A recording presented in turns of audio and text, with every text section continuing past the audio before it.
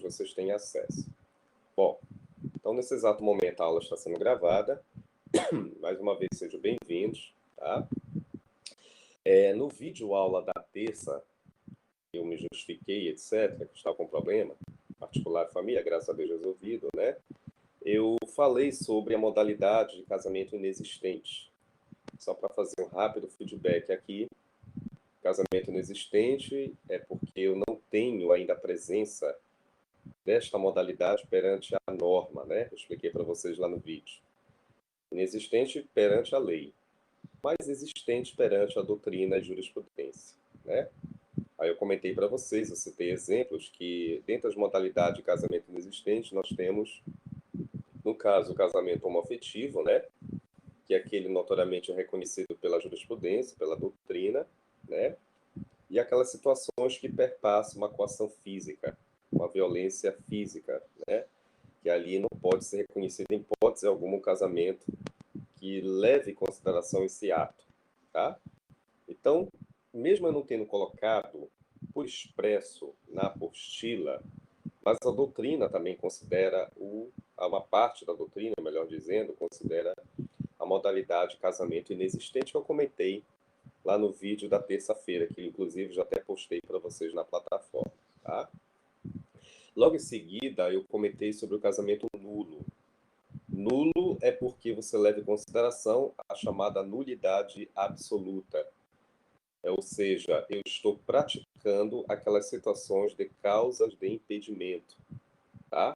Então, toda vez que vocês ouvirem falar em casamento nulo, é porque nós estamos levando em consideração aquelas causas impeditivas, lá do artigo 1521, tá? Que vocês já estudaram comigo, aquelas situações lá do artigo 1521.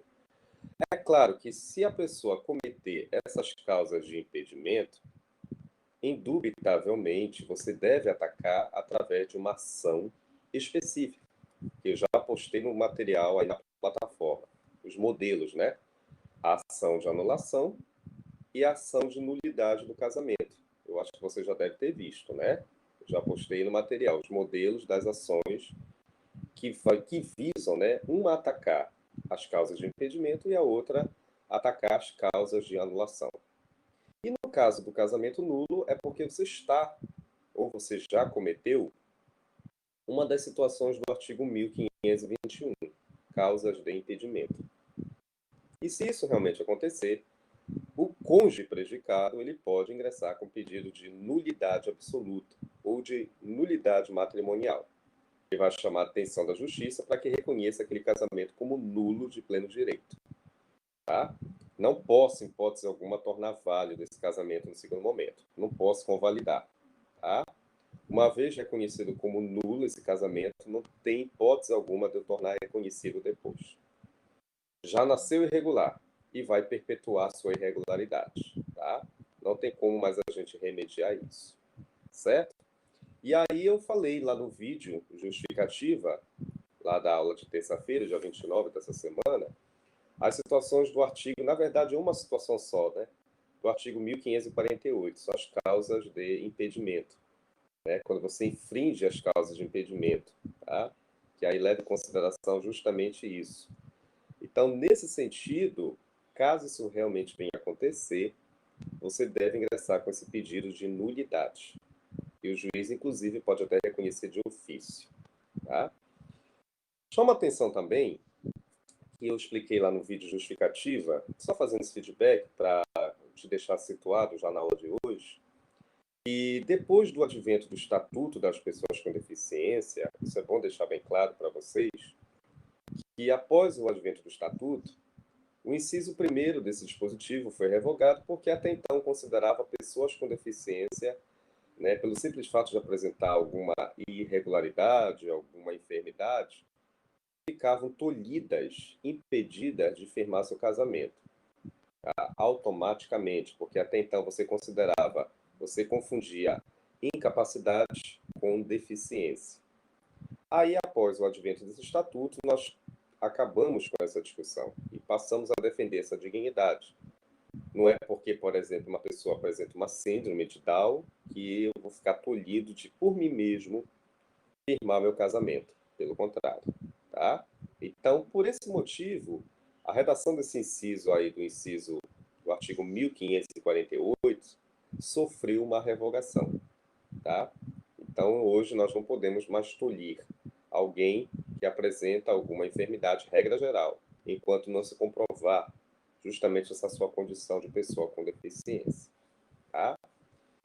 E logo em seguida, nesse vídeo justificativo, fazendo esse rápido feedback na aula de hoje, para deixar vocês direcionados, nós falamos do casamento, no caso eu falei do casamento anulável, né?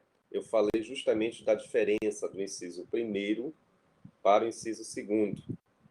O inciso primeiro leva em consideração aquele casamento firmado por aquele menor de idade que ainda não atingiu a sua idade núbil, a sua idade mínima para casar. Então, se aquele menino ou aquela menina, por uma atitude precoce, precipitada, tiver realizado a celebração do seu casamento sem ter obtido a outorga, né, a autorização para casar, é óbvio que esse ato é passível de ser anulado ou anulável, tá? Através da chamada ação de anulação do casamento. A diferença que eu comentei lá nesse vídeo justificativa do inciso primeiro para o segundo é que no caso do inciso primeiro eu ainda não atingi a idade mínima. Mesmo assim, eu vou precisar de uma autorização. Já no inciso segundo, eu já, obviamente, atingi a idade mínima de 16 anos, porém, eu também não obtive uma autorização para casar. Então, no caso propriamente dito, no inciso segundo, eu, mesmo tendo adquirido essa idade já mínima, mas mesmo assim eu preciso de uma escritura pública que me autorize. Porém, a similitude são atitudes precipitadas que normalmente vão levar alguém justamente a anular esse ato, esse casamento realizado perante a justiça, tá? Quem é que vai apresentar essa legitimidade? Quem é que vai ingressar com essa solicitação de anulação desse casamento? Normalmente, quem ingressa com esse pedido de anulação é o próprio representante legal desse menor, mas também esse menor pode ingressar, tá? Normalmente, os seus genitores, os seus ascendentes. Quando eu falo em representante legal, normalmente eu estou direcionando para os tutores, os curadores, tá? Esses indivíduos poderão solicitar que anule aquele casamento que foi feito sem, obviamente, ter obtido uma prévia autorização, através desse pedido de anulação, tá? Esse pedido de anulação, que normalmente você também vai ter que respeitar um prazo. Esse prazo de 180 dias. Aí eu comentei lá no vídeo anterior e estou repetindo hoje, fazendo esse link, né? Esse feedback da aula anterior. Esse prazo de 180 dias, meus queridos, a contar justamente do ato dessa celebração que foi realizado de forma antecipada, tá? E é claro que a partir do momento que se eu perpassar esse prazo de 180 dias, o que vai acontecer, meus queridos? Esse ato vai ser convalidado. Pode ser que haja um prejuízo para uma das partes e benefício para a outra, tá?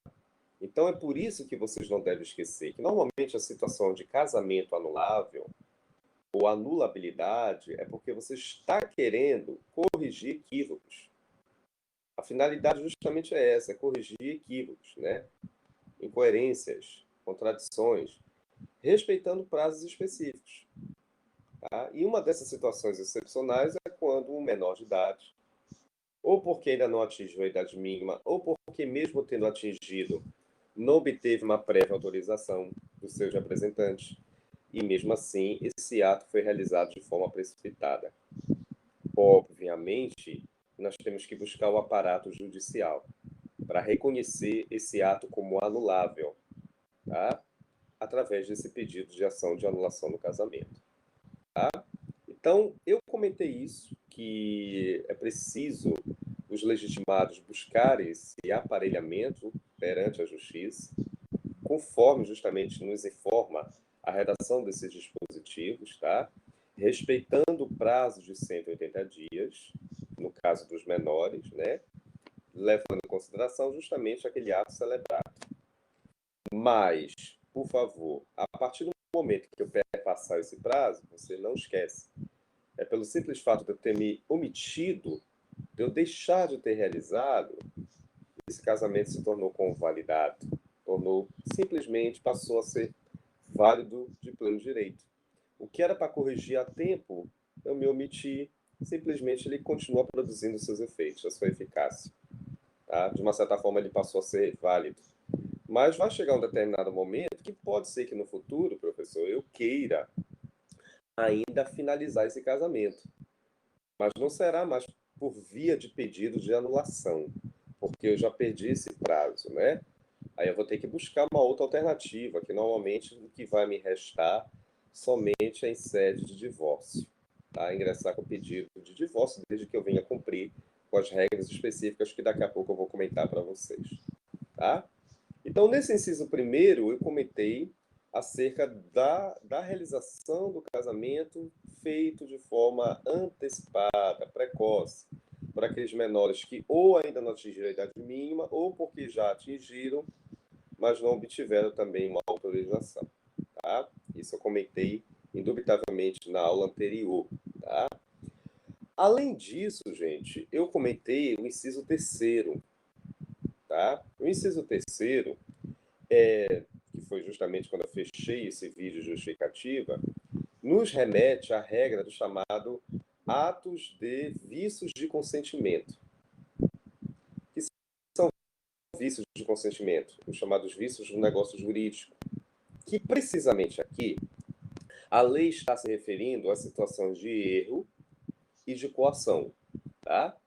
Mas a coação aqui, eu chamo a atenção dos senhores e das senhoras, é a coação de natureza moral. Não é a coação de natureza física. Porque se for uma situação de coação física, conforme eu já iniciei a nossa aula, o nosso vídeo de hoje, né, e que também já havia explicado anteriormente, a coação física, ela proporciona o reconhecimento do casamento inexistente. Porque você vai usar justamente essa força física, que é um absurdo, para que force alguém, utilizando da sua força física, para forçar alguém a casar. Tá? Mais precisamente, no inciso terceiro desse artigo que nós estamos analisando, o 1550, é uma situação que envolve um vício do negócio jurídico de coação moral, de coação psicológica, ideológica, tá? Que agora, nesse exato momento, professor, se eu realmente estiver perpassando por esta situação, considerando que eu sou uma pessoa com plena capacidade. Inclusive, me fizeram até uma pergunta, professor, mas se eu for uma pessoa com incapacidade, pessoa com deficiência, aí já é uma exceção. O que nós estamos falando aqui é uma pessoa que realmente tem a plena capacidade, mas mesmo assim vai sofrer um ato de violência psicológica. Tá? Você vai ser forçado a casar, assinar aquela escritura pública, sob pena de perder, por exemplo, um negócio jurídico, um ato jurídico a qual você vai ser contemplado posteriormente. Tá?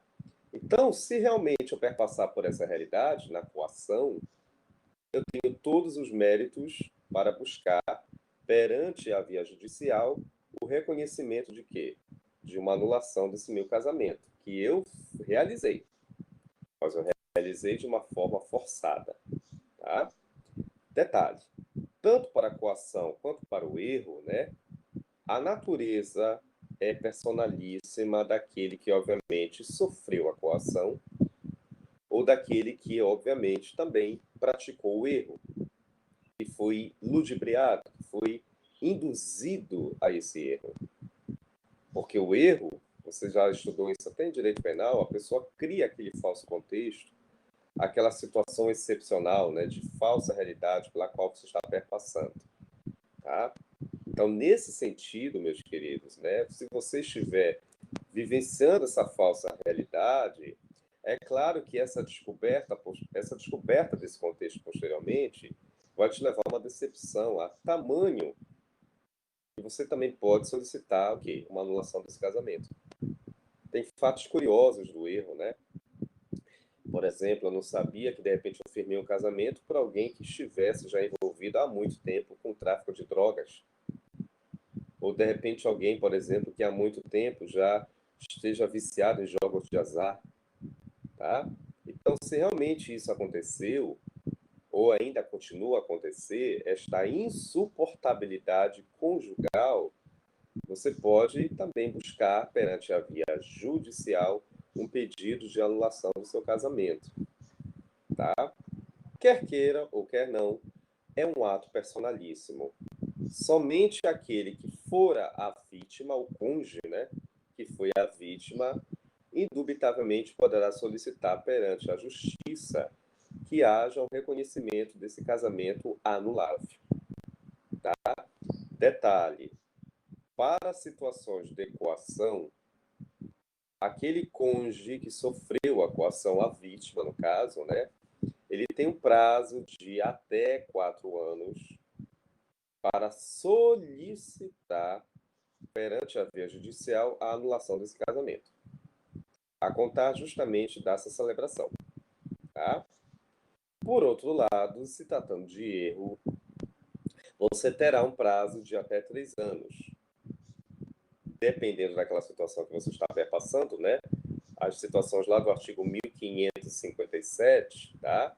Se você estiver vivenciando alguma daquelas situações, você deverá buscar o auxílio do judiciário e ingressar com a sua ação anulatória em até 3 anos.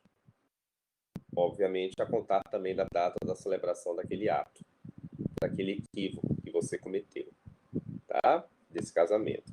Então, meus queridos, eu parei justamente aí na aula anterior, tá? Nesse vídeo justificativa, que eu fiz esse vídeo para vocês e postei na plataforma, informando que vícios do consentimento, erro e a coação moral, indubitavelmente, somente deverá pleitear aquele que, obviamente, foi a vítima, tá? É um ato personalíssimo. Ninguém poderá pleitear por você. Somente, obviamente, aquele que sofreu, tá? Através da ação de anulação. Agora, temos que respeitar os prazos, professor? Temos, porque se nós perpassarmos esses prazos legais, simplesmente haverá, no caso, uma eventual convalidação do ato. Esse ato vai ser tão somente reconhecido. O casamento perpetua, continua vigorando. Mas aí é claro que você deve estar se perguntando, mas professor, se ainda perpetuar, se ainda continuar essa insuportabilidade conjugal, por exemplo, eu casei com uma pessoa com uma doença contagiosa, até então não sabia, mas depois eu fiquei sabendo, uma pessoa que tem uma tuberculose, vítima de uma síndrome da AIDS, fiquei sabendo dessa realidade posteriormente, induzido a erro. E aí, eu posso solicitar uma anulação desse casamento? Pode. Mas, cuidado, tem até o inciso terceiro desse artigo 1557, que passou até por uma atualização perante o Estatuto da Pessoa com Deficiência, porque até então, uma pessoa com uma síndrome, com uma enfermidade, por exemplo, automaticamente estava taxada, né, tolhida na condição de pessoa incapaz. Né? Ou seja, se eu sou um aidético, se eu sou uma pessoa com tuberculose, automaticamente esse casamento deve ser anulado. Isso no passado, até antes da lei do Estatuto das Pessoas com Deficiência. Depois desse estatuto, meus queridos, nós não devemos mais atrelar como regra geral isso. Nós não podemos mais generalizar e informar que, pelo simples fato da pessoa apresentar uma enfermidade, por exemplo, automaticamente, de imediato, nós temos que agora anular esse casamento. Isso não é uma justificativa, tá, queridos? Nós temos que observar o caso concreto, a realidade em voga, tá?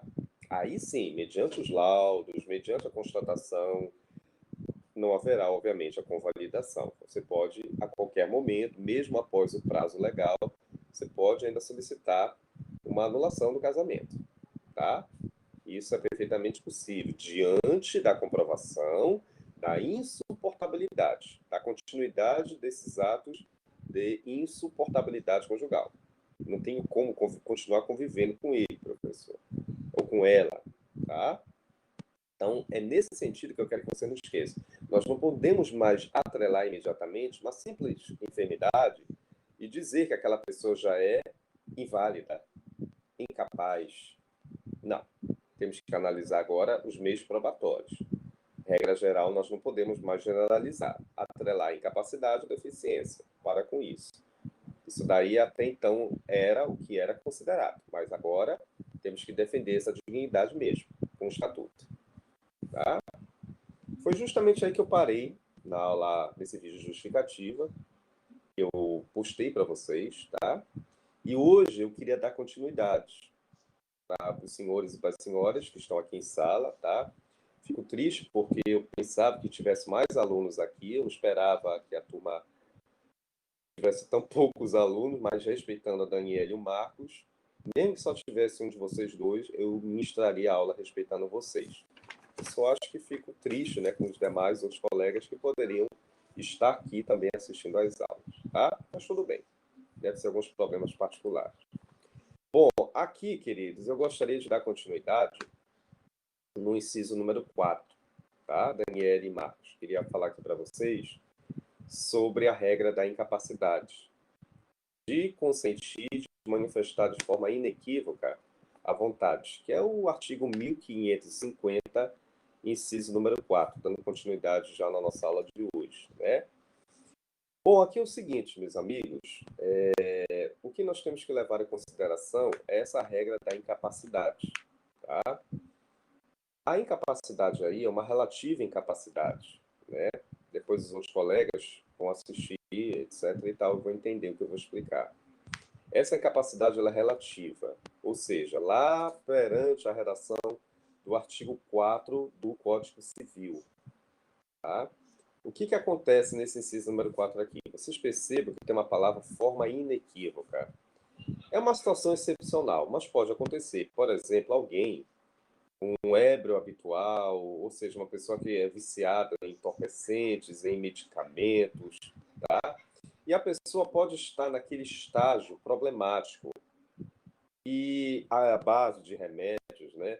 E de repente, mesmo assim, um casamento pode ter sido celebrado durante esse contexto, tá?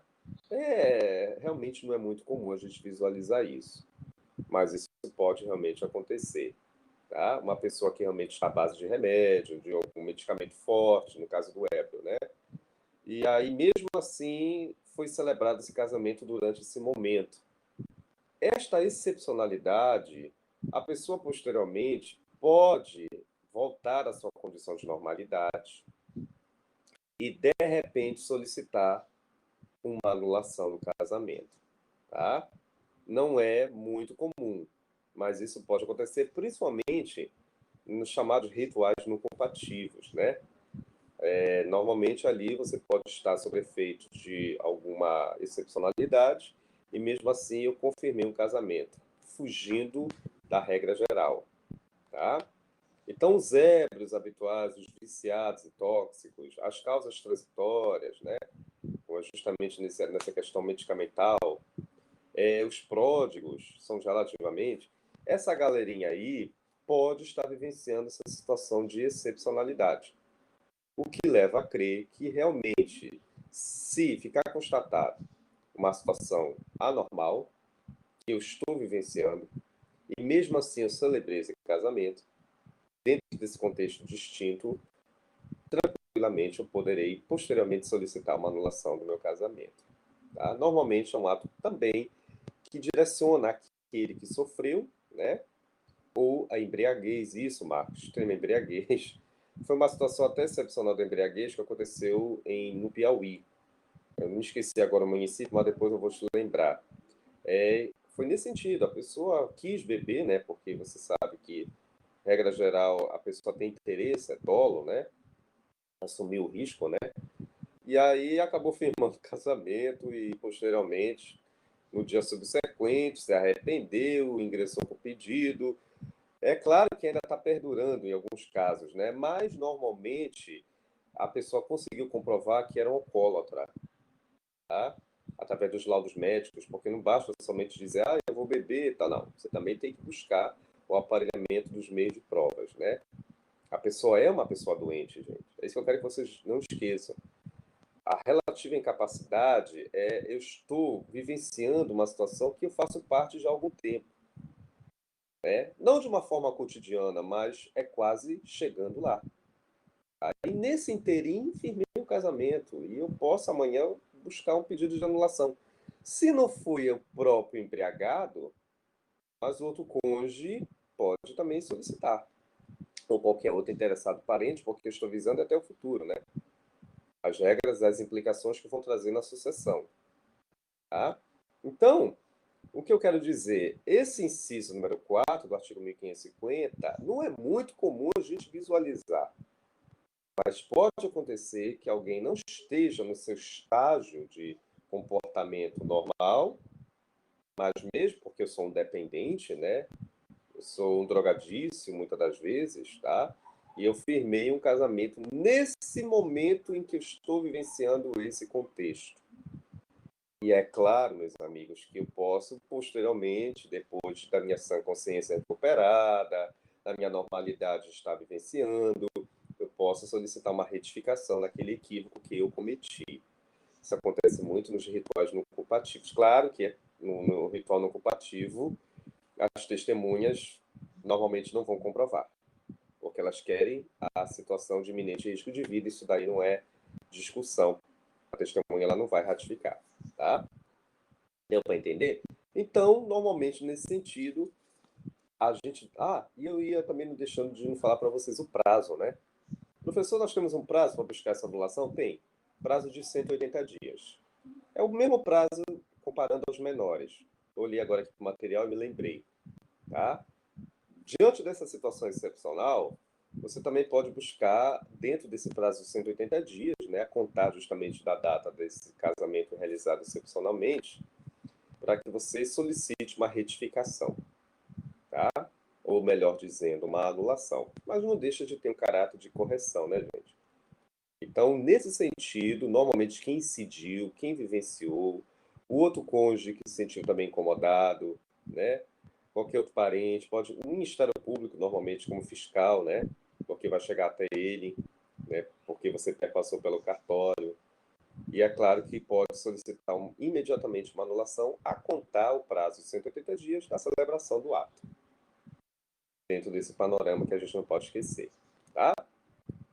Ficou claro isso, Daniela e Marcos? Deu para entender esse inciso número 4? Então, incapaz aí, eu estou falando para vocês dois, é a regra da relativa incapacidade, lá do artigo número 4 do Código Civil, tá? Não só para vocês dois, mas também para os outros colegas que depois vierem assistir esse vídeo, tá? Respeitando os colegas também, tá? O outro inciso que nós temos aqui, ainda do artigo 1550, é um inciso que leva em consideração, né, aquelas situações da chamada autoridade incompetente. Aliás, no caso aqui é da procuração, né? Ou seja, esse inciso número 5, o mandatário, tá?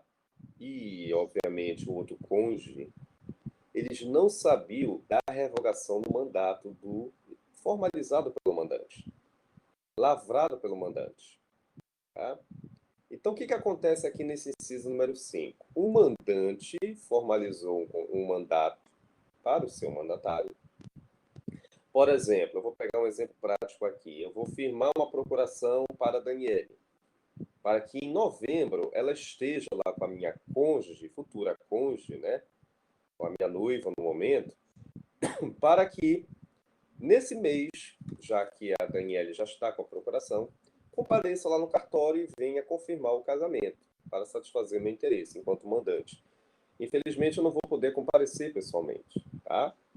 Aí vocês devem estar recordados que eu comentei com vocês essa modalidade, chamado casamento por procuração, né? Eu firmei uma procuração com a Daniele, hoje mesmo, para que ela se faça presente em novembro, pessoalmente, né? Justamente com a minha noiva, lá naquele cartório. Beleza. Agora, o que acontece, professor? Eu, amanhã ou depois, antes mesmo de novembro, tá, gente? Eu posso querer revogar o mandato. É o que está dizendo esse número 5 aí. O senhor revoga o mandato. Não há necessidade a mandatária, no caso a Daniele, e a minha futura esposa saber que eu revoguei o mandato, porque eu já comentei isso, né? Lá na redação do artigo 1542, uma das modalidades de casamento especial. Eu posso revogar o mandato a qualquer tempo, sem que a Daniele saiba disso. Tá?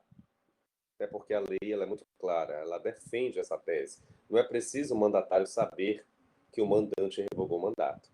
Agora, o que o mandatário tem que saber, caso eu, professor Ari, resolva me antecipar e já querer celebrar o meu casamento, uma vez celebrado o casamento, eu vou ter que informar a Daniele, no caso, né, que eu celebrei já o casamento, sobre pena de ela mesma correr o risco dela estar em novembro, quando chegar nesse mês.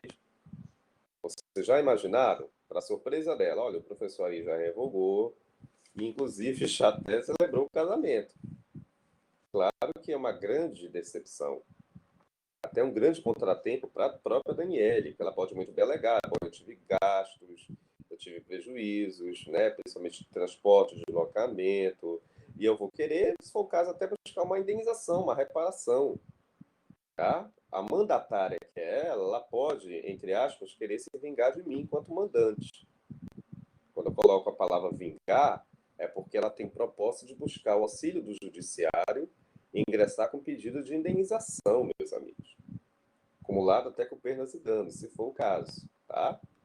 A outra noiva, minha cônjuge, ela pode muito bem dizer: bom, eu também nem sabia que o Ari revogou o mandato, até porque eu nem coabito com ele. Até porque nós somos noivos, né, meus amigos? Não há necessidade ainda da gente estar coabitando. A coabitação é consequência quando o casamento é confirmado. Mas enquanto ele não for confirmado, a coabitação não é regra, não. Tá? Então a Daniele vai perguntar: a senhora não sabia? Não. Até porque eu não vivo ainda com a Ari, não convivo. Tá? Regra geral. Tá? Beleza. Agora esse inciso número 5 ele é diferente. Chegou a hora de o mandante me vingar da Daniele. Sabe por quê? Aqui já é diferente. Porque não só eu revoguei o mandato, eu enquanto mandante, mas ela altamente utilizou da sua má-fé, não respeitou o prazo que previamente eu havia acordado com ela, que era para ser novembro. Muitas das vezes a própria Daniele ela vai assumir uma atitude precipitada, tá? Ela pode já querer firmar a celebração do casamento com muita antecedência, para satisfazer o interesse, principalmente da minha outra cônjuge. E quando eu chegar no cartório, quando eu retornar no cartório, para minha surpresa, o tabelião vai informar: olha, a senhora Daniele já esteve aqui e já, inclusive, professor, celebrou o casamento com a sua agora cônjuge. Eu posso muito bem buscar também um ato de anulabilidade. Eu posso querer firmar uma anulação desse casamento porque eu tenho justificativo de querer ter a pretensão de já ter firmado esse casamento, mas na data específica. Houve uma quebra de vínculo, né? Houve uma quebra aí de compromisso. O que era para ter sido feito em novembro, ela se antecipou e realizou agora. Tá? Pode também acontecer o seguinte: essa atitude precoce dela para satisfazer o interesse da outra cônjuge, porque as duas vão alegar: sim, mas a gente não sabia que tu tinha revogado o mandato, mas não era para saber mesmo. Isso daí a lei me ampara. O que tem que respeitar é justamente o prazo que nós firmamos naquele mandato. Tá? Agora, se eu revoguei ou não, você tem que usar da sua boa-fé, esteja lá presente. Agora, muitas das vezes isso não acontece. O mandatário age realmente de má-fé, celebra, e aí vem a decepção com o mandante. Essa atitude precoce do mandatário. Agora tem uma outra situação também, que eu até comentei para outras turmas. O mandante pode ingressar no judiciário a partir do momento que a Daniele deixar, por exemplo, de comparecer em novembro, lá no cartório. Isso é uma outra situação. Olha lá, eu estou te dizendo o seguinte, que a primeira situação é se ela agir de forma antecipada. Ela celebrou. Só que ela celebrou antes de novembro, sem previamente também me avisar. Eu fui pego de surpresa, enquanto mandante, né? Agora, a outra situação é, ela não celebrou o casamento em novembro. Para minha surpresa, eu recebi uma notificação do cartório: olha, senhoria, não houve aqui o comparecimento da senhora Daniele e da sua cônjuge. houve aí também uma quebra de compromisso, né, queridos? Mas é claro que nesse caso aí específico, eu não vou ingressar com pedido de anulação, porque ela não celebrou nenhum casamento. Eu vou ingressar com pedido direto de indenização, porque houve uma quebra de vínculo contratual, né? Posso dizer assim, uma bilateralidade de um compromisso, tá? Então, esse inciso número 5, eu quero dizer para vocês que houve uma revogação do mandato, mas o casamento foi realizado, celebrado de forma precoce pelo mandatário. E o que é pior, o mandatário não avisou o mandante. E o mandante, ao retornar ao cartório, ao saber disso, tomou a grande surpresa pelo senhor cartorário ao informar ao mandante que a mandatária já havia firmado o casamento, formalizado, fez tudo. É uma decepção, né? Porque o mandante esperava que ela comparecesse só em novembro. Né? Isso trará implicações, inclusive, para o regime de casamento, né, gente? É por isso que eu posso muito bem buscar um pedido de anulação. Porque, primeiro, desrespeitou a procuração, que pode ser que o mandato nem tenha ainda revogado. Tá? E também, a partir do momento que se tratar de norma de caráter público, trará implicações para os regimes de casamento, que vai começar a vigorar. Aliás, já começou, porque ela assumiu uma atitude precoce, então eu vou querer buscar uma anulação disso. Tá? E outra situação é caso a Daniele não compareça no dia pré-determinado no mandato, que seria em novembro. Para minha surpresa, a senhora Daniele não compareceu em novembro. Né? Houve aí uma quebra também de um vínculo, de um compromisso. Aí eu vou querer buscar, no caso, uma indenização. Tá? Tudo bem? Então, esse inciso número 5 é o inciso do mandante. O mandante aí está com a faca e o queijo, desde que ele ratifique as informações, os meios de provas. Tá? Já o artigo que nós discutimos lá no casamento por procuração, que nós discutimos aquela regra lá do artigo 1542, né? Aí, no caso, é a mandatária que tem a faca e o queijo, né? Ela pode muito bem se vingar de mim, porque eu revoguei, aí a atitude precipitada já foi minha, só que eu não avisei a Daniele. E o que é pior, no dia que ela voltou ao cartório, ela ficou surpresa, né? Poxa, o doutor Ari, pelo menos, tinha que ter me avisado acerca da celebração do casamento. E ele não fez. Eu tive que gastar passagem de ônibus, eu tive que fazer isso. Aí ela pode buscar uma reparação. Tá? Tudo bem, meninos e meninas? Então, esse inciso número 5 aqui é o inciso do mandante. É o mandatário que agiu de má fé. Tá?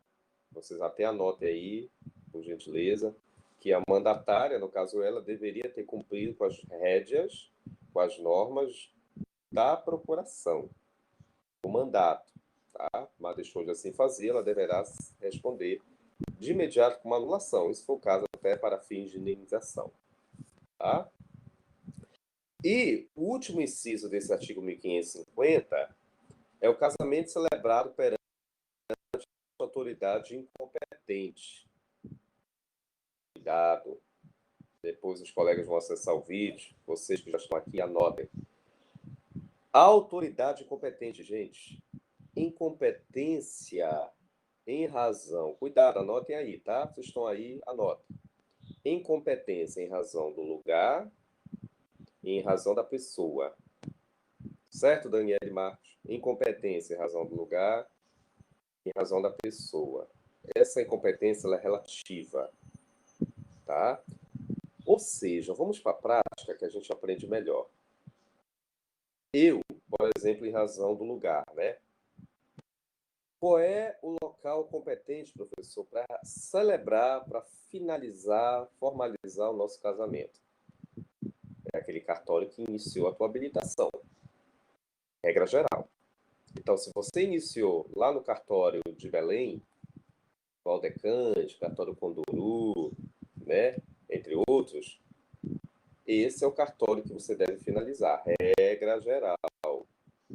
Agora, não pode, por exemplo, você querer firmar em outro cartório distinto sem que previamente você já tivesse oficiado o cartório competente da habilitação, por exemplo, o cartório de Valdecães. Então, se você iniciou no cartório de Valdecães, regra geral, você deve terminar a celebração, finalizar por lá seu casamento. Agora, professor, eu quero celebrar agora em outra circunscrição, em outro cartório, lá de Marituba. Regra geral, o que eu tenho que fazer, professor? Você tem que oficiar o cartório de Valdecães, que foi o que inaugurou a sua habilitação, para que aí sim você vá direcionar-se ao novo cartório. E lá você finaliza a sua celebração. Muitas das vezes isso não acontece. Os cônjuges, eles não pré-informam, já iniciam, já não comunicam. Esse ato é passível de ser anulado. Normalmente, quem ingressa com pedido de anulação, nessas situações, muitas das vezes é o próprio Ministério Público, por se tratar de matéria, né, até que diga respeito à matéria de ordem pública. Tá? Então, o descompromisso leva a uma anulação. Professor, mas o senhor explicou que eles podem escolher qualquer cartório, pode escolher qualquer ambiente. Sim, gente, podem. Mas, por favor, avisem, comuniquem, formalizem ao cartório que você inaugurou a sua habilitação. Porque isso pode ocasionar uma infringência e uma anulabilidade. Porque você está trabalhando com registros. Tá? É competência dos cônjuges previamente informar as autoridades competentes acerca dessa mudança de intenção de cartórios. Tá? Por isso que eu te remeto aí à incompetência e razão do lugar. Regra geral, é o lugar que você se habilitou. Exceções. Tem exceções? Claro, você pode escolher qualquer outro ambiente, desde que você pré-avise. Formalize, comunique, informe ao tabelião lá de Valdecães, para que ele depois oficie o cartório futuro pela qual você quer terminar o compromisso da celebração do seu casamento. Certo? Isso é em razão do lugar. Em razão da pessoa, o senhor falou em razão da pessoa. Pois é, a pessoa. Quem é que celebra casamento, gente? É o juiz de paz. Eu não posso otorgar essa competência para um promotor de justiça, para um juiz de direito, para um auditor fiscal, para mim, que não sou juiz de paz. Você entendeu? Então, se alguém celebrou seu casamento que não esteja na competência de um juiz de paz, se esse casamento for celebrado, tiver sido celebrado, resultado, esse ato é passivo de ser anulado. Tá? Normalmente, o próprio Ministério Público também solicita. O outro cônjuge que se sentir prejudicado, qualquer outro parente, pode buzinar perante ao juiz, na esfera jurisdicional, ingressar com pedido de anulação. Normalmente 2 anos, tá, gente? Vocês podem me perguntar, professor, qual é o prazo para anular? Se tratando de incompetência, 2 anos. A contar de onde? A contar da celebração desse ato, realizado de forma irregular, ou perante uma autoridade competente, ou fora da natureza da circunscrição daquele cartório competente, fora daquele recinto, daquele ambiente, precisamente onde está aquele cartório. Tá? Você tem 2 anos para ingressar com pedido de anulação perante a justiça. Tem até uma redação que eu coloquei aqui, deixa eu ver se eu acho para você. Achei. É a redação do artigo 1560. Depois vocês leiam aí, tá? A redação do artigo 1560, inciso 2, que é o prazo, é o período, né, para ingressar.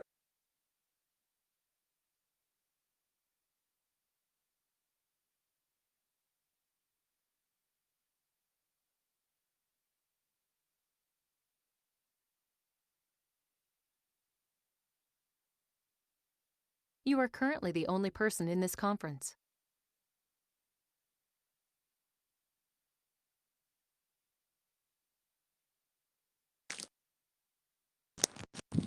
Oi.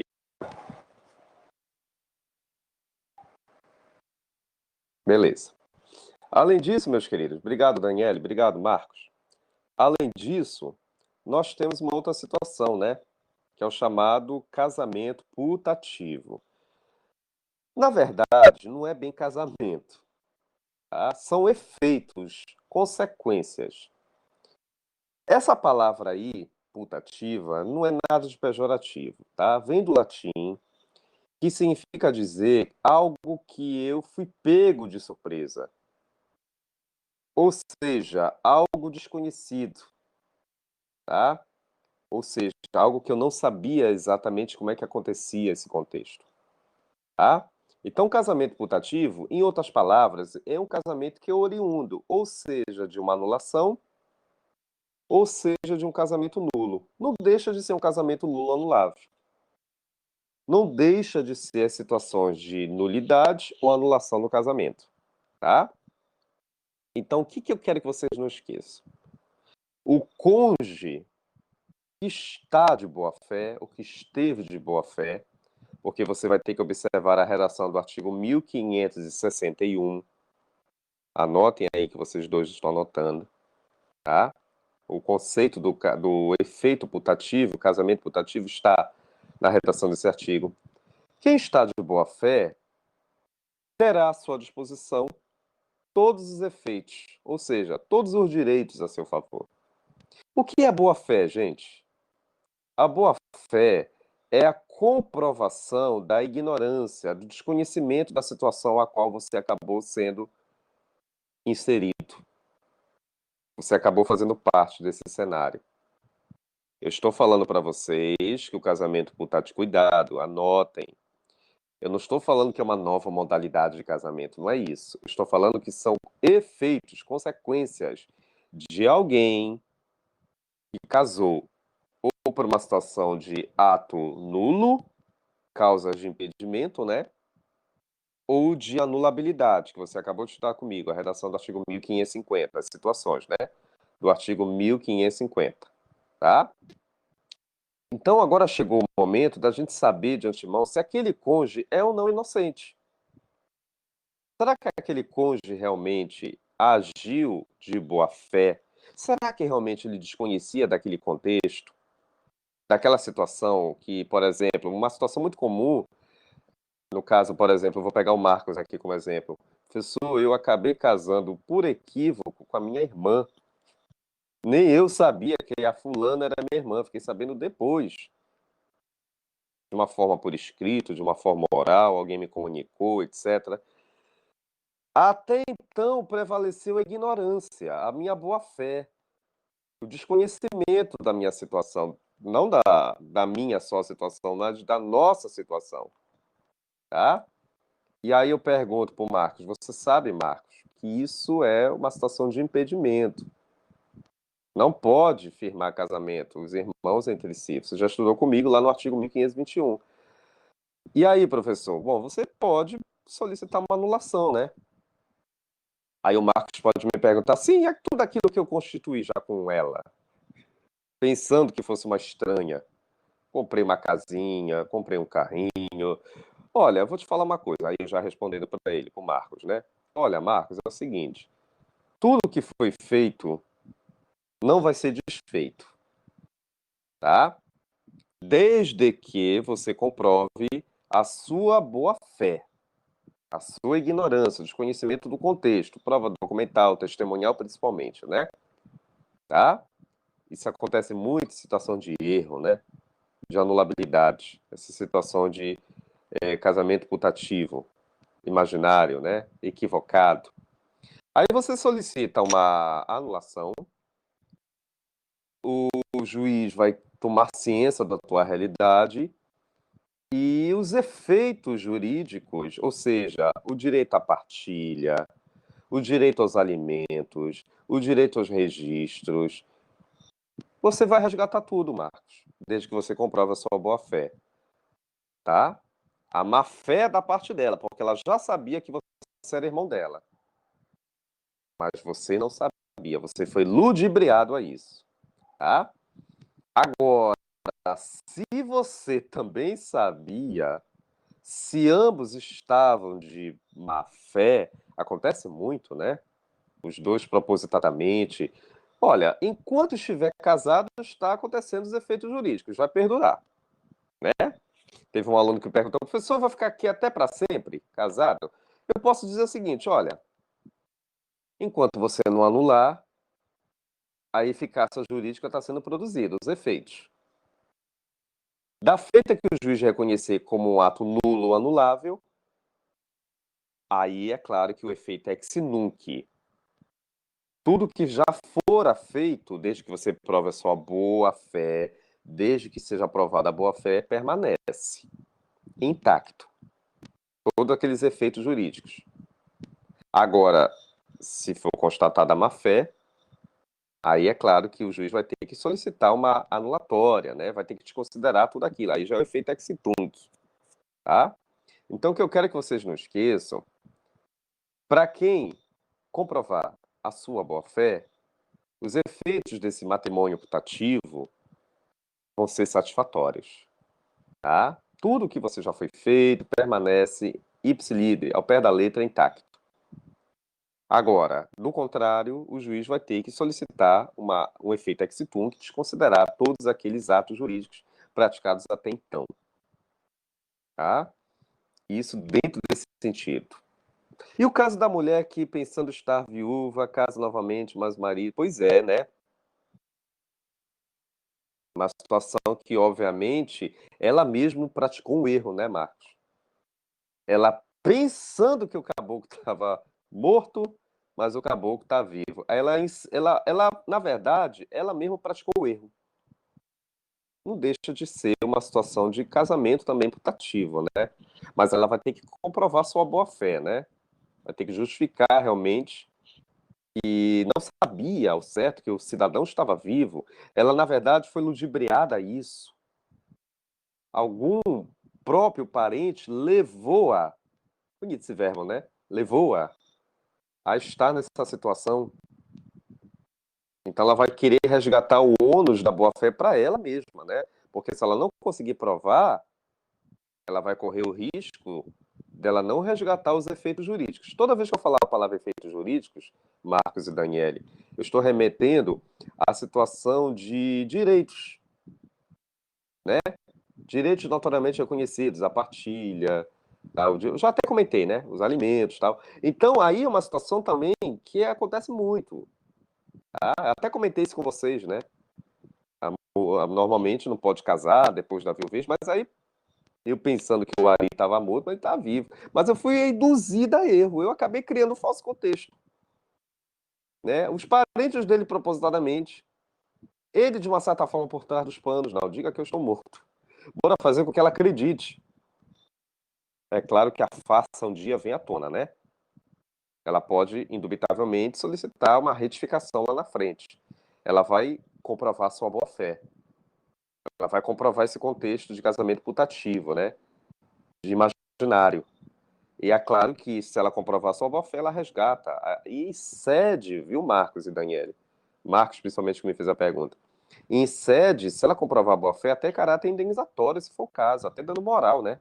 Porque ela não só foi ludibriada, como ela acabou sendo envolvida nesse contexto. Tá? É isso que eu quero que vocês não esqueçam. Porque a palavra putativa é algo que você acredita que realmente existe, né? Você criou aquela situação. Você está vivenciando algo que parece que está tudo normal, aparentemente, mas não está. Irmãos, essa situação, né? Situação de erro, acabamos de estudar, né? Acabamos de ver no artigo 1550. Chama a atenção de vocês dois e para os demais que depois vão assistir esse vídeo, que a situação do casamento putativo, né? Tanto pode ser oriunda de ato nulo como anulável. Não tem problema nenhum. Tanto numa situação quanto outra, eu posso resgatar essas situações de putatividade, posso dizer assim, tá? Ou não leve a sério a etimologia, porque, em outras palavras, quer dizer algo imaginário, tá? Eu fui induzido a uma falsa situação, tá? Acreditava naquilo, mas na verdade não foi. Só mesmo a etimologia que soa um pouquinho pejorativo, mas a essência não é essa, tá, gente? É justamente os efeitos que em estado de boa-fé resgata. E se tiver filhos, professor, até a lei está falando isso, do artigo 1561, depois você vai ler. Se eles dois estavam de má fé, fizeram um conluio, armaram uma situação, Aí, no caso da tua pergunta, Marcos, de repente a mulher e ele já sabiam, tal. Mas se eles têm filhos, os efeitos, as consequências, os direitos somente vão ser revertidos para a prole, só. O casal não tem mais nada a ver com isso. Eles não vão resgatar nenhum direito, nenhum efeito. Até a redação, depois vocês leiam, vocês dois e os demais colegas, depois que vão assistir, depois leiam a redação do parágrafo 2º do artigo 1561. Depois vocês vão ler, tá? Dentro desse sentido. Ficou claro, Daniele Marcos, o que quer dizer putativo é algo que eu pensava que fosse assim. Até então foi bom enquanto durou. Depois que a descoberta aconteceu, a decepção indubitavelmente a consequência, eu quero ou tornar nulo ou eu quero anular. É dentro do meu direito, desde que eu comprove a minha boa fé subjetiva, né? A minha ignorância, eu não sabia disso, mas eu acabei sendo levado a crer a isso. Aí é resgato os efeitos, eu resgato os direitos, tá? E para a gente fechar com chave de rubi, chegou o momento de eu me divorciar de vocês, tá? Chegou a vez de agora a gente acabar com o divórcio. Não podia faltar o divórcio, né, gente? A gente fecha o capítulo com essa discussão. Desde já, eu chamo a atenção dos senhores para que depois vocês assistam, os demais colegas. Eu postei um vídeo lá na plataforma sobre a emenda constitucional 66 e o divórcio. Da minha autoria, eu mesmo fiz o vídeo e postei lá, depois vocês assistam. Mas o que eu chamo a atenção agora aqui para vocês é que nós temos algumas modalidades de divórcio. Precisamente, nós temos duas, tá? O divórcio extrajudicial e o chamado divórcio judicial, tá? O extrajudicial é porque você tem a pretensão de já finalizar a separação definitiva dos corpos mediante uma escritura pública que vai ser formalizada no próprio cartório de notas competente. Diga-se de passagem, né? Aquele cartório que, regra geral, você mesmo firmou seu casamento, tá? No caso do divórcio extrajudicial, que ele surgiu em 2006, perdão, em 2007, tá? Na Lei 11.441 de 2007, se vocês quiserem até anotar, vocês dois, e os demais colegas que depois vão assistir, é a Lei 11.441 de 2007. Essa lei criou o inventário e o divórcio extrajudicial, tá? Deixa eu só me ajeitar aqui na cadeira. Esse divórcio extrajudicial, ele cumpre com algumas regras específicas, tá? Quais são as regras específicas? Não tem que haver a presença de conflitos, todos maiores de idade, o casal, né? Os cônjuges que querem se divorciar. Não tem que ter a presença de prole de incapazes, tá? E aí você vai constituir um advogado e vai chegar até o tabelião-chefe e buscar sua escritura pública, desde que você preencha esses pré-requisitos. Agora, se você não cumprir, principalmente quando ocorre o litígio, que é muito mais comum a gente vivenciar esse contexto, infelizmente, perante alguns casais, aí sim, você pode buscar o auxílio do judiciário, com pedido de divórcio. O que eu chamo a atenção de vocês e dos demais colegas é que esse divórcio não precisa mais respeitar prazos que até então você tinha que respeitar. O que existia? Você tinha que ingressar com uma separação de fato, vivenciar uma situação primária. Primeiro, eu tinha que vivenciar um contexto durante um ano, separado daquele indivíduo. Aí sim, após 2 anos, solicitar que haja o reconhecimento dessa separação judicial e conversão para o divórcio. Todos esses contratempos, a emenda constitucional 66 de 2010 finalizou. Ela extinguiu a chamada, melhor dizendo, separação judicial, a emenda constitucional 66 de 2010, e finalizou, formalizou o divórcio direto, tá? Marcos, ainda vige a lei, sim, tá? Essa lei do divórcio, ela ainda é uma realidade. Ela foi criada nos anos 70, né? Que você imaginava que não era possível formalizar nenhum divórcio até antes de 77. Quem casava, indubitavelmente, deveria perdurar. Você somente deveria ratificar a sua separação judicial, né? Mas o divórcio não era a realidade até então. E aí, com a lei do divórcio, nós passamos a ter essa alternativa, né? Desde que o casal estivesse perpassando aquelas situações que hoje estão prescritas aqui no artigo 1573, tá? Mas eu te digo para vocês, todos aqui da sala, que ainda assim vigora. A diferença é que eu não preciso mais cumprir com prazos específicos para solicitar diretamente um divórcio direto. E até então eu precisava comprovar primeiramente um prazo de separação, para depois buscar a conversão para o divórcio. Hoje não. Não preciso mais passar por estágios, tá? É um pedido direto. Certo, Marcos? Essa pergunta é importante, que eu gosto muito dessa. Pessoa, vigora sim a lei do divórcio, mas com alterações em prol da celeridade, tá? Mas a separação de fato não terminou. Ela ainda é realidade, sim, a separação dos corpos provisória, tá? A pessoa, muitas das vezes, aquele indivíduo se retira do ambiente, está separado de fato. Mas eu não preciso mais formalizar o meu pedido para que se reconheça essa separação judicial. É isso que eu quero que vocês não esqueçam, tá? Isso já foi revogado pela emenda constitucional. Você já ingressa com o pedido direto do divórcio. Não preciso mais formalizar a separação judicial. Muito embora alguns doutrinadores, uma ala minoritária, entenda que por segurança jurídica eu preciso ainda ratificar. Não. Quando eu comecei a militar no civil, inclusive nesse interim, entre 2008 a 2010, eu nunca me esqueço que a juíza pediu para eu alterar, né, fazer uma emenda na minha petição, porque eu ingressei com pedido de separação judicial. Aí a juíza, categoricamente, já considerando a emenda constitucional, me solicitou que eu já ingressasse diretamente com o pedido de divórcio direto, tá? Mesmo com a existência ainda da lei do divórcio. Tá? Então é isso que eu quero que vocês não esqueçam, uma questão de celeridade. Mas eu preciso ratificar as situações do artigo 1573. Regra exemplificativa. Não é uma regra taxativa, tá? Não sei se vocês estão com a lei aberta, os outros colegas depois vão ler também essa lei.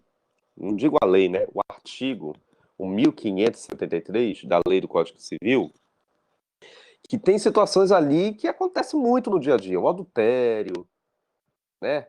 Eu até anotei aqui a sevícia. Não sei se vocês já ouviram falar em sevícia. Sevícia vem do latim, né? Agressão física, porrada, né? Enfim, maus tratos.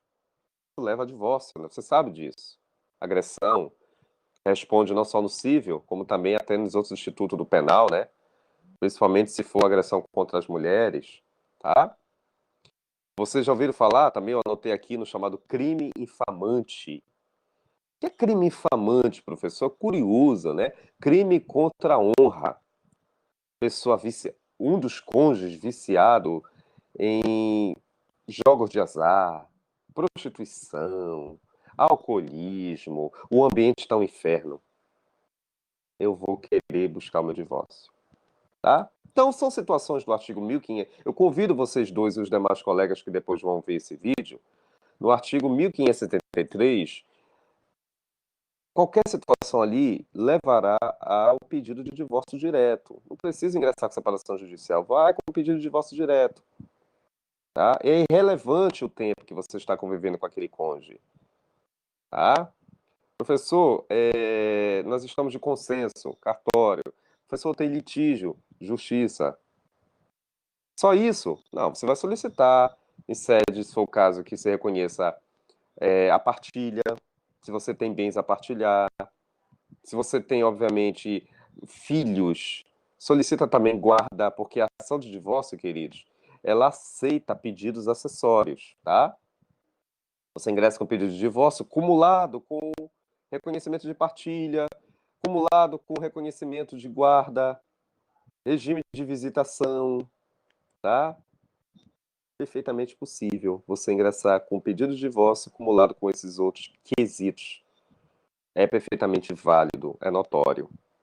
Então, por isso que eu quero que, por favor, quando vocês estiverem lendo, vocês dois e os demais colegas que depois vão ver esse vídeo, vejam os clientes de vocês futuros, analisem a redação do artigo 1573, que até eu aplaudo o Código Civil, que faz outras ressalvas. É uma regra exemplificativa, outras situações, né, que pode também levar ao divórcio. Né? Isso é perfeitamente possível. Questões, principalmente hoje o direito eletrônico leva muito ao divórcio, né? Essas traições, principalmente da tecnologia, dos WhatsApps da vida, das redes sociais da vida, tá, gente? Então, eu quero que vocês não esqueçam, por favor, esse dispositivo, tá? Eu queria fechar esse estudo do divórcio, que inclusive eu vou igualar vocês a outra turma, explicando ainda que é o caboclo, ou a cabocla, no bom sentido da palavra, que quer buscar o seu divórcio, o cônjuge, né? Bora ficar mais bonito, o cônjuge, né, professor? Sim, o cônjuge, que quer se divorciar, ele pode querer manter o seu nome ou não de solteiro ou de casado. Fica a critério, tá? Daniele, Marcos e os demais que vão assistir. Professor, eu quero voltar tranquilo. Professor, eu quero permanecer tranquilo. Com meu nome de solteiro ou de casado. Isso vocês não. Isso aí a lei já ampara. Já a gente vem conversando desde o capítulo 1, né? Perante o princípio da isonomia. Quero também chamar a atenção da partilha. E muitas das vezes o divórcio, a separação definitiva dos corpos já é ratificada, mas a partilha pode estar em andamento, não tem problema nenhum. Muitas das vezes o juiz já defere o divórcio, esse pedido, mas o juiz ainda vai analisar posteriormente a partilha. Por ser muitas das vezes complexa, né?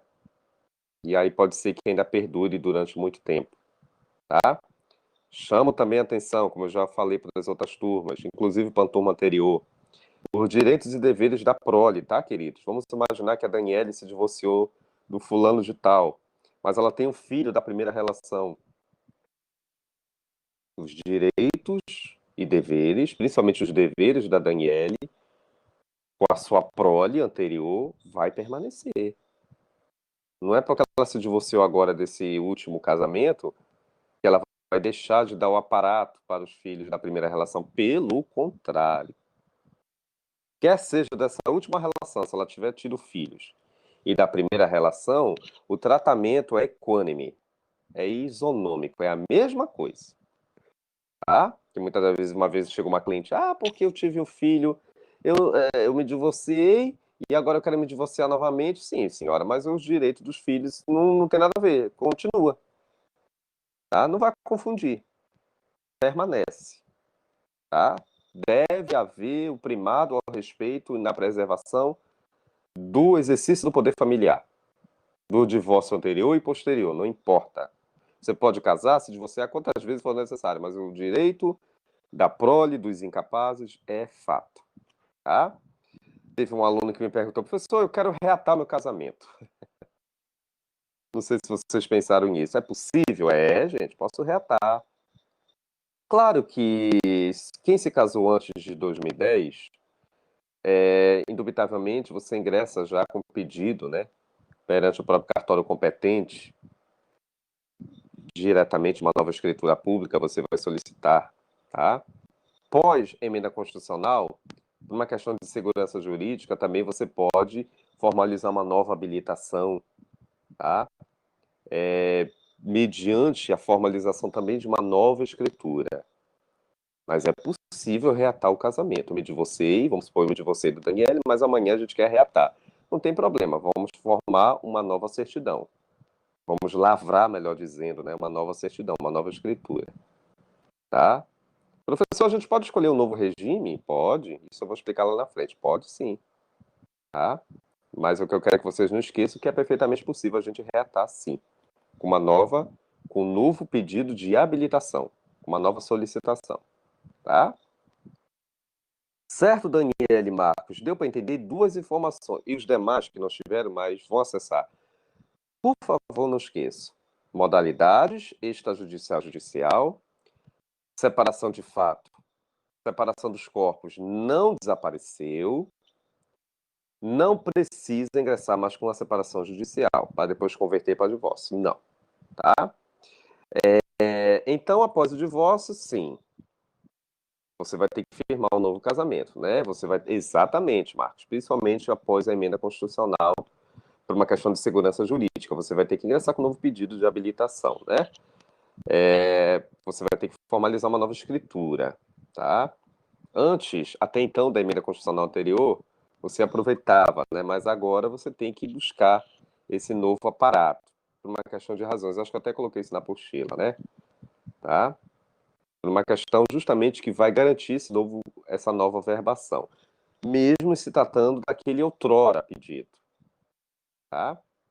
Então, eu quero que vocês não esqueçam isso. O divórcio é uma realidade, essa separação não finalizou, não acabou. Mas o pedido de separação judicial não tem mais nenhum contexto de permanência. Busque o reconhecimento do divórcio direto, tá? Na aula que vem, que vai ser na terça-feira, oficialmente agora nós fechamos o capítulo 3, tá? Vocês que estão aqui e os demais colegas que depois vão assistir. Que por questões de contratempos, problemas particulares, né, já era para ter fechado desde terça-feira. Mas aí, o que eu vou fazer? Na terça-feira agora, na próxima terça, dia 6, eu acho, nós vamos iniciar um novo capítulo, que é o capítulo da união estável. É um capítulo muito prático, não temos muita dificuldade de entender. Eu já vou chegar aqui com vocês e os demais colegas, já informando as principais informações acerca da união estável, tá? Causas, efeitos e consequências, certo? E aí eu vou também tratar essa discussão que eu coloquei ainda nesse teu material, sobre o chamado divórcio impositivo. Eu não vou tratar aqui porque eu quero fazer uma correlação com a união estável, tá? Que hoje está sendo discutido um projeto de lei que está tentando defender o chamado divórcio impositivo ou unilateral. Não vou tratar isso hoje, porque eu quero fazer um link com a união estável, tá? Aí na terça-feira eu convido vocês dois e os demais colegas que depois vão assistir para que estejam aqui na terça, tá? E a gente discute o capítulo 4 da união estável. E na quinta-feira, não vamos demorar muito com a união estável, que ela é muito prática, um capítulo que eu particularmente gosto muito, até porque eu vivencio também. E aí eu vou trazer para vocês já a praticidade, para vocês não perderem tempo um dia quando vocês estiverem militando no civil, tá? E na quinta-feira, aí sim, na quinta-feira a gente vai iniciar o capítulo 5, que é o capítulo mais metódico, que é regimes de casamento. Aí tem informações que eu preciso perpassar com mais tranquilidade para vocês, tá? Então, desde já, eu agradeço vocês que estiveram aqui presentes. Claro, os demais colegas fiquem um pouquinho tristes, né? Porque eu esperava eles estarem também aqui, mas jamais eu deixaria de dar aula, mesmo que fosse para um aluno só. Mas eu entendo, porque pode ser alguma tecnologia, né? Eu também tive esse problema, você se lembra da aula anterior? Eu tive aquele problema, né, de conexão. Eu não posso também jogar a culpa para ninguém, né? Porque a gente está suscetível a esses problemas, né, gente? Mas os colegas estão desculpados. Eu nada contra a turma de vocês, eu adoro essa turma. E aí vocês vão estar comigo na terça-feira, tá? E aí vocês avisem os colegas que na terça a gente continua. E aí a gente vai ver a união estável e na quinta a gente vê o regime de casamento, tá? Não esqueça que domingo tem a última chance da postagem dos materiais. Aí vocês postem, avisem aos colegas, tá certo? Obrigado, Daniele, obrigado, Marcos. O Marcos também já saiu. Enfim, eu acho que também foi a tecnologia. E aí, terça-feira a gente se encontra, tá? Eu vou deixar salvo aqui o vídeo. E aí, amanhã eu já vou deixar na plataforma para vocês, tá bom? Grande abraço a todos, muito obrigado pelo comparecimento. Os demais colegas também, a gente entende os motivos. E aí, terça-feira, eu estou com vocês. Um abraço, Daniele. Boa noite, minha querida.